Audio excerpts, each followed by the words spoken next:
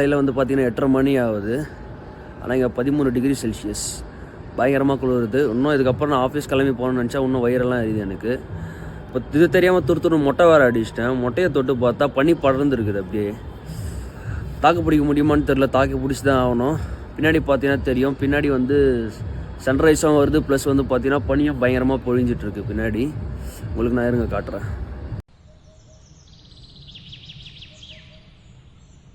ஆஹா, இந்த ஊருக்கு வந்து எதையுமே இன்னும் ரசிக்கலையேன்னு நினச்சேன். பார்த்தா அருமையான ஒரு சன்ரைஸு, நிம்மதியாக இருக்குது. ஆனால் அந்த தாலியார்த்த பனி நிம்மதியாக ரசிக்க விடவே மாட்டேதுடா. எப்பா வா, இந்த குளிரில் எவன் குளிப்பான்? நான் குளிருது. மொட்டையை மட்டும் லைட்டாக அப்படியே நினச்சி காத்தோட்டில் விட்டுட்டு அப்படியே கிளம்ப விட்றா ஜூட்டு.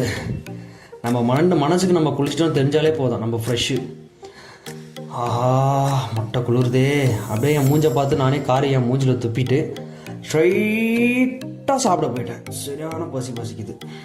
கீழே உட்காந்து சாப்பிட்லாம், ஆனால் கீழே உட்காந்து சாப்பிட்ணுன்னு நினச்சாலே என் பம்மு ரெண்டும் அப்படியே ஃப்ரீஸ் ஆகிடுது. அப்படியே என் சோத்து மூட்டையை கட்டிட்டு நானும் கிளம்ப ஆரம்பிச்சிட்டேன். திரும்ப வரும்போது ஐயோ நினச்சாலே பயமாக இருக்கு. ஃப்ரீஸ் ஆகி தான் வரும் போல ஃபுல்லாகவே.